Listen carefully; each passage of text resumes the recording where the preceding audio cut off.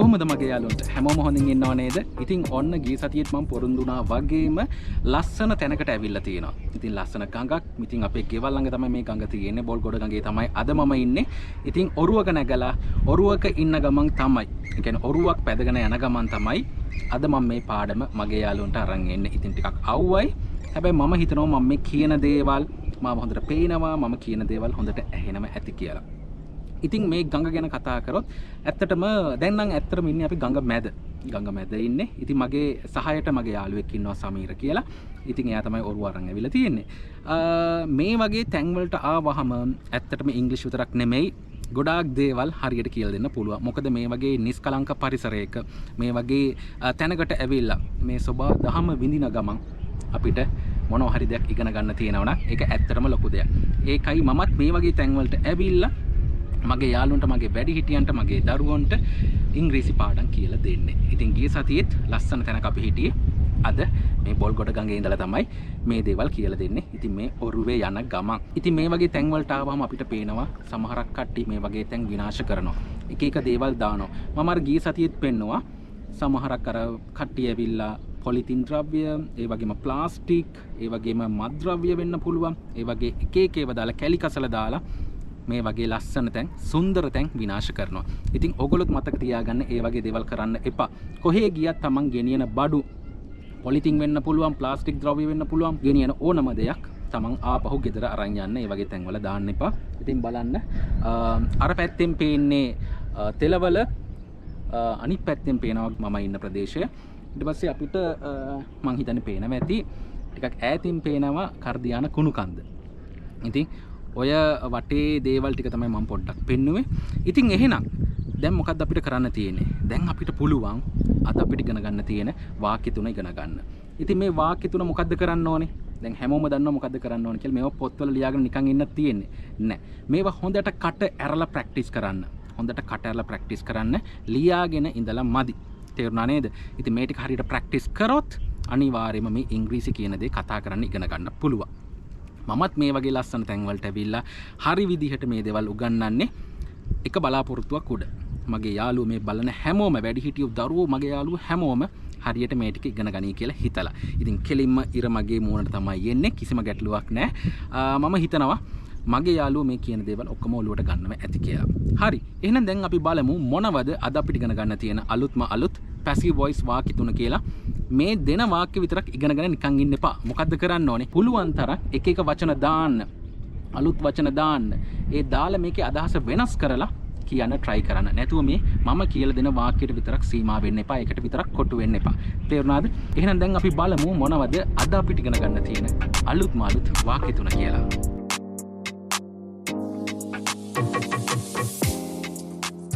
හරි. ඉතින් ඔන්න පළවෙනි වාක්‍ය උගන්වන්න ගඟේම ලස්සන තැනකට ආවා. ඉතින් ලස්සනයි වගේ පෙනුනට මේවා ඇත්තටම කරදරකාරී ශාකයක්. ඒ කියන්නේ මේකට කියන්නේ ජපන් ජබර කියලා. ඉතින් එක එක තැන්වල එක එක නම් කියනවා ඇති. මම හිතන්නේ මේ දේ හින්දා ගොඩාක් කට්ටිය අපහසුතාවයටපත් වෙනවා. ගඟේ මේවා ඉබේම වැවෙනවා. ඉතින් ලුණු ආවම මේක නිකම්ම මැරෙනවා. නමුත් හරි කරදරයක්. නමුත් අපිට පේන්නේ හරි ලස්සන නිකන් වෙල්යායක් විදිහට තමයි පේන්නේ. ඔයගොල්ලෝ හැමෝටම පේනවා ඇති දැන්. ඉතින් මම මෙතනට ආවා. ඉතින් මේකේ ලස්සන මල් జాතියකුත් තියෙනවා. ඉතින් ඒ ටිකත් බලා ගන්න පුළුවන්. මම මෙතන ඉඳලා හිතුවා පළවෙනි වාක්‍ය කියලා දෙන්න ඕනේ කියලා. දෙවෙනි වාක්‍ය කියලා දෙනකොට මම තව තැනකට යන්න. පළවෙනි වාක්‍ය මෙතන ඉඳන් බලමු. හරි. පළවෙනියට තියෙන්නේ ප්‍රකාශයක් සටහන් කර ගැනීම සඳහා ඔහු සඳුදා අපරාධ පරීක්ෂණ දෙපාර්තමේන්තුවට කැඳේ වුණා. කොහොමද තියෙන්නේ? මේකේ මුලින්ම අමාරු වචන ටික බලමුකෝ. තියෙනවා මේ කැඳවනට මොකද්ද කියන්නේ? සමන් කරනවා කියන එක. සමන්.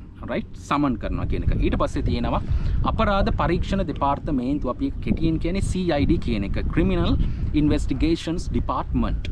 හරි. ඊට පස්සේ තියෙනවා සඳුදා. Monday. ඊට පස්සේ තියෙනවා ප්‍රකාශයක් සටහන් කර ගැනීමට.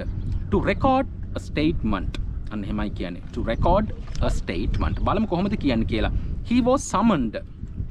ඔහුව කැඳෙව්වා. කවුද කැඳෙව්ව කියලා තියෙනවද? කැඳවපු කෙනා නැහැ. ඉතින් ඒ නැති හින්දා අපිට මේක passive voice වලින් ලස්සනට කියන්න පුළුවන්. ඔහුව කැඳෙව්වා. He was summoned. ed එන්න ඕනේ. summoned. He was summoned. අන්න ඒක ඉගෙන ගන්න කොහොමද කියන්නේ? He was summoned. ඔහුව කැඳවලා තියෙනවා. කොහොමද කියන්නේ? He has been summoned. අන්න එහෙමයි කියන්න ඕනේ. හරි දැන් මෙතන තියෙන්නේ he was summoned. ඔහුව කැඳෙව්වේ නැහැ. කොහොමද කියන්නේ? He was not summoned. He was not summoned. අන්න එහෙමයි කියන්නේ. He was summoned කොහෙටද? To the criminal investigations department. CID එකට to the criminal investigations department. කවද්ද? Monday. නිකන් දාන්න පුළුවන්ද Monday කියන එක? නැහැ. දවසක් දානකොට on Monday කියන එක එන්න ඕනේ. On Monday. He was summoned to the criminal investigations department on Monday. මොහොකටද?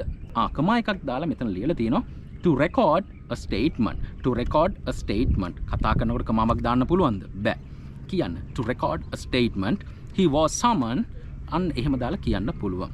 ආපහු මේක මේ අන්තිම කෑල්ල ඕන මුලට දාලා කියන්නත් පුළුවන්. නැත්නම් මේ විදිහට අගට දාලා කියන්නත් පුළුවන්. To record a statement, he was summoned to the criminal investigations department. To record a statement, he was summoned to the criminal investigations department on Monday.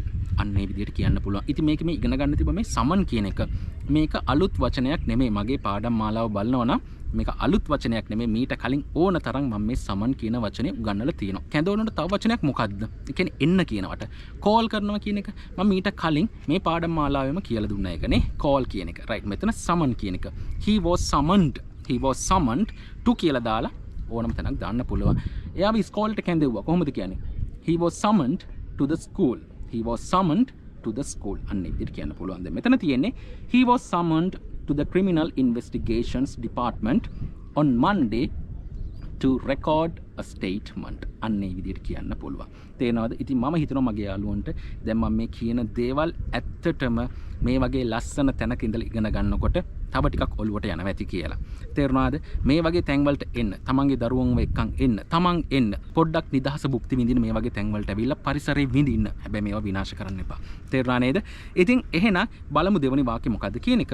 ඉතින් දෙවනි වාක්‍ය පටන් ගන්න කලින් ආපු මම මේකේ කියනවා he was summoned. ඔව කැඳෙව්වා. කැඳවලා තියෙනවා. ඔව්ව කැඳවලා තියෙනවා. ඒ දෙකේ වෙනසක් තියෙනව නේද? ඔව් තියෙනවා කිව්වොත් අනිවාර්යයෙන්ම හැස් එක හරි have එක හරි එන්න ඕනේ. අපි ඒක පොඩි කාලෙත් ඉගෙනගෙන තියෙනවා.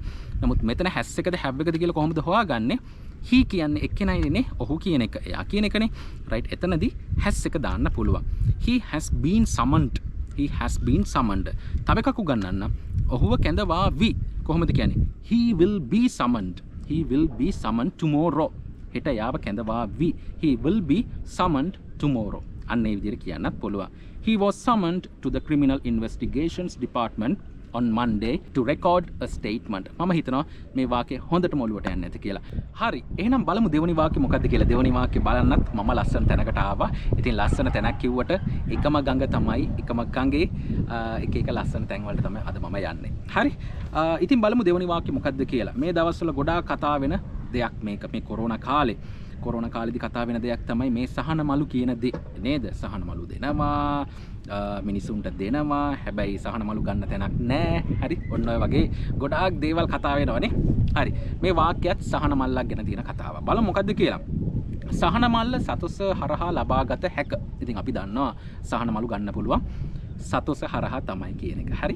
සහන මල්ල සතොස හරහා ගන්න පුළුවන්. ඉතින් අපි මේකේ මුලින්ම ඉගෙන ගමු අමාරු වචන ටික. මේ සහන මල්ලට ඉංග්‍රීසි වලින් කියන්නේ මොකද්ද?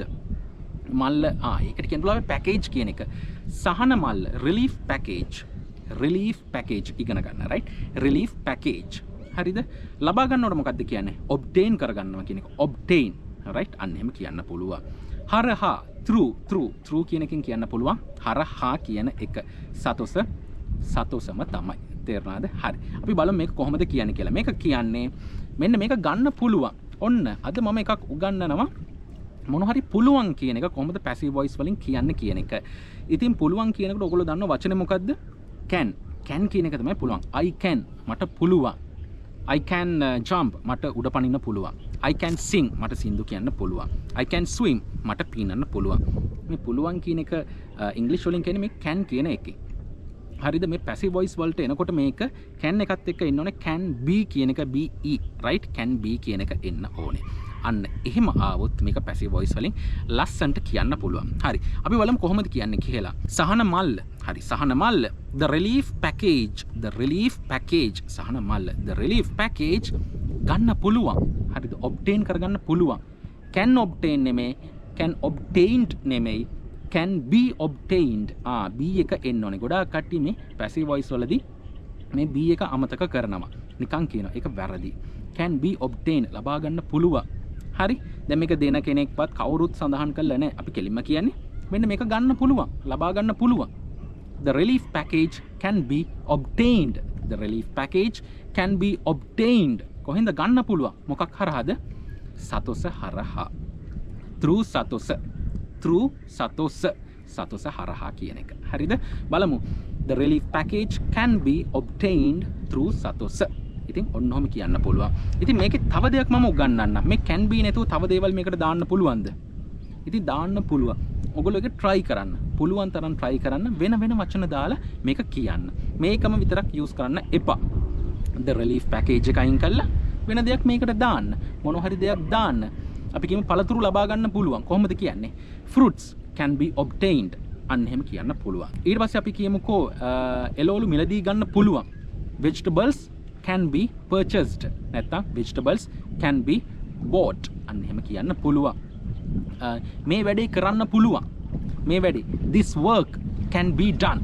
This work can be done. අන්න ඒ විදිහට කියන්නත් පුළුවන්. මේ can be කියන එක use කරලා පුළුවන් තරම් දේවල් කියන්න. එක එක අදහස් ප්‍රකාශ කරන්න. මේකටම විතරක් සීමා වෙන්න එපා. තේරුණාද? ඉතින් මේකෙන් මම තව එකක් කියලා දෙන්න. දැන් පුළුවන් කියලා තියෙන්නේ. බැහැ කියලා කිව්වොත් කොහොමද කියන්න ඕනේ? The relief package then can be obtained කියන්නේ ලබා ගන්න පුළුවන්. ලබාගත හැක කියන එක. හරි? අපි සාමාන්‍ය සිංහලෙන් කතා කරන්නේ කොහොමද? අසහන මල ගන්න පුළුවන්, ලබා ගන්න පුළුවන් කියන එක. ලබා ගන්න බැහැ නම් කොහොමද කියන්නේ? The relief package cannot be obtained. Cannot be obtained. Can't be obtained. අන්න එහෙම කියන්න පුළුවන්. cannot එක කෙටි වුණාම can't. CAN''T. cannot කියන එක. right? The relief package cannot be obtained. අන්න ඒ විදිහට කියන්න පුළුවන්. එහෙම කියලා මේ බැහැ කියන අර්ථේ ගන්න පුළුවන්. තේරුණාද? බලන්න අපෝ එක සැරයක්. The relief package can be obtained through සතොස. සතොස හරහා සහන මල්ල ගන්න පුළුවන්. relief package එක ගන්න පුළුවන්. තේරුණාද? ඉතින් මම හිතනවා මේ දෙවෙනි වාක්‍යයත් හොඳටම තේරෙන්නේ නැද කියලා. බලමු තුන්වෙනි වාක්‍යය මොකක්ද කියලා. තුන්වෙනි වාක්‍යය බලන්න අපි තව ලස්සන තැනකට යමු. හරි, එහෙනම් බලමු තුන්වෙනි වාක්‍යය මොකක්ද කියලා. තුන්වෙනි වාක්‍යෙත් අපි කතා කරන්නේ මේ සහන මල්ලක් ගැනම තමයි. සහන මලු ගැන. හරි. ඒකේ තියෙන්නේ මෙන්න මෙහෙම දෙයක්. මේ වන විට සහන පැකේජ් 50ක්. මේ වන විට අන්න අද ඒක උගන්වන්න යනවා කොහොමද මේ වෙනකොට කියන්නේ කියලා ඉංග්‍රීසි වලින්. මේ වන විට සහන පැකේජ් 50ක් කොහෙටද නිකුත් කරලා තියෙන්නේ? වෙළඳපළට නිකුත් කරලා තියෙනවලු. වෙළඳපළට නිකුත් කරලා තියෙනවලු මේ වෙනකොට මොනවද? සහන පැකේජ් කීයක්ද? 50ක්. අන්න 50ක් නිකුත් කරලා තියෙනවලු මේ වෙනකොට කොහෙටද? වෙළඳපළට. ඉතින් මම හිතනවා ඔයගොල්ලන්ට මේ සුන්දරත්වෙත් විඳ ගන්න පුළුවන්. මම ඉන්න තැන ඉතින් හරි ලස්සන තැනක්. ඉතින් මේ වගේ තැන් වලට එන්න පුළුවන් කට්ටිය එන්නේ හැබැයි පරිස්සමෙන්. හරි. බලමු එහෙනම් කොහොමද මේක කියන්නේ කියලා. සහන පැකේජ් 50ක් කියනකොට 50. මම කලින් වාක්‍යය ඉගෙනුවා සහන මල්ලට මොකද්ද කියන්නේ කියලා. relief package කියන එක. 50 relief packages. 50 50ක් relief packages. 50 relief packages. බලන්න කොහෙද නිකුත් කරලා තියෙන්නේ? වෙළඳපළට. ඒ කියන්නේ මාකට් එකට. 50 relief packages have been මේ නිකුත් කරනකොට මොකද්ද කියන්නේ? රිලීස් කරනවා කියන එක. නිකුත් කරනවට කියන්නේ මේ රිලීස් කරනවා කියන එක. 50 relief packages have been තියනවා කියලානේ කියන්නේ. have been released. have been released. දැන් මේ පොඩ්ඩක් හුළඟ වැඩි මම හිතන්නේ මම කියන දේවල් හොඳට මගේ අනුන්ට ඇහෙනවා කියලා. හදිසියවත් ඇහුන්නේ නැති වුණොත් ආපහු එක සැරයක් හොඳ අවධානයෙන් අහන්න. මේ වාක්‍යෙම හොඳ අවධානයෙන් අහන්න. ඇහෙන්නේ නැත්තම් ඉතින් මම පුළුවන් තරම් හයියෙන් තමයි මම මේ කතා කරන්නේ. හරි. 50 relief packages have been released. නිකුත් කළා තියෙනවා. කොහෙටද? To the market. 50 relief packages have been released to the market. මේ වන විට as of now ඉගෙන ගන්න. as of now මේ වන විට අන්න එහෙමයි ඉංග්‍රීසි වලින් කියන්න ඕනේ.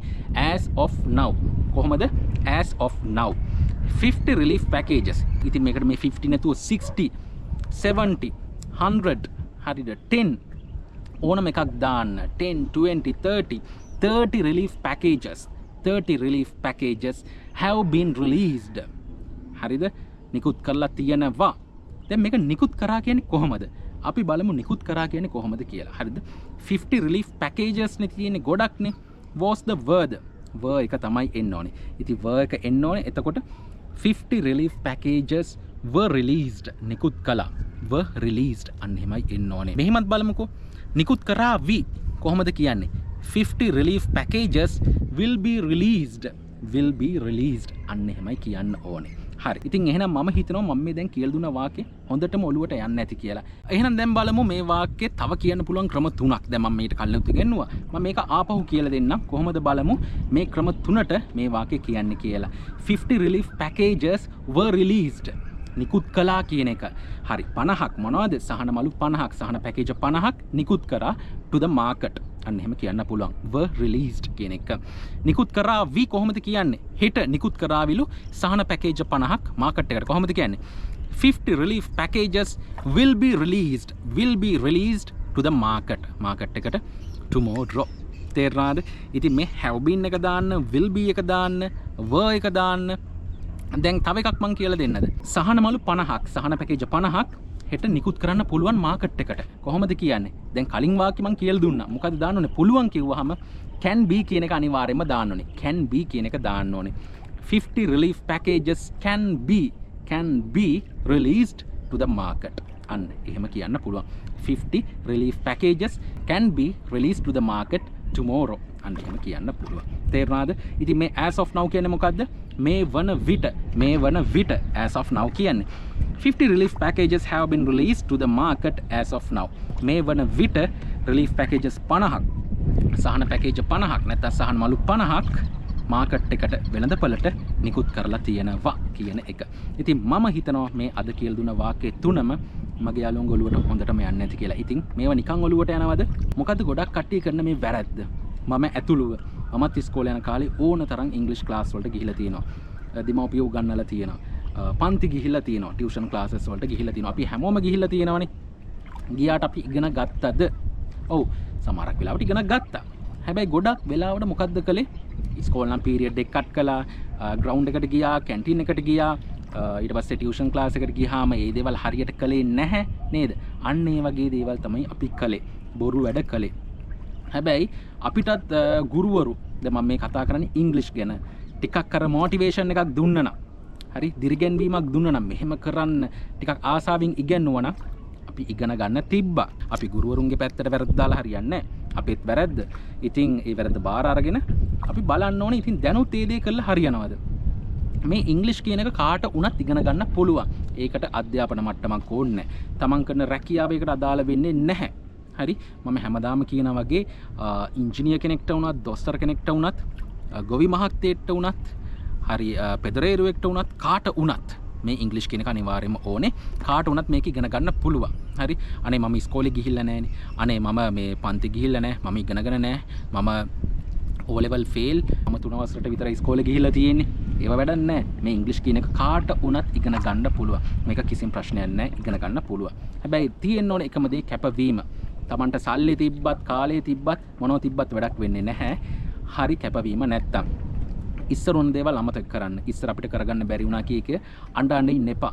දැන් අද පටන් ගන්න. හරි අද නම් යාළුවෙක් මගේ මේ පාඩම් ටිකත් එක්ක එකතු වෙන්නේ මේ පාඩම් මාලාවේ මුල ඉඳන් හරි පිළිවෙලට බලන්න. එතකොට තේරුම් ගන්න පුළුවන් කොහොමද අපි මේ ඉංග්‍රීසි ඉගෙන ගන්න කියන එක.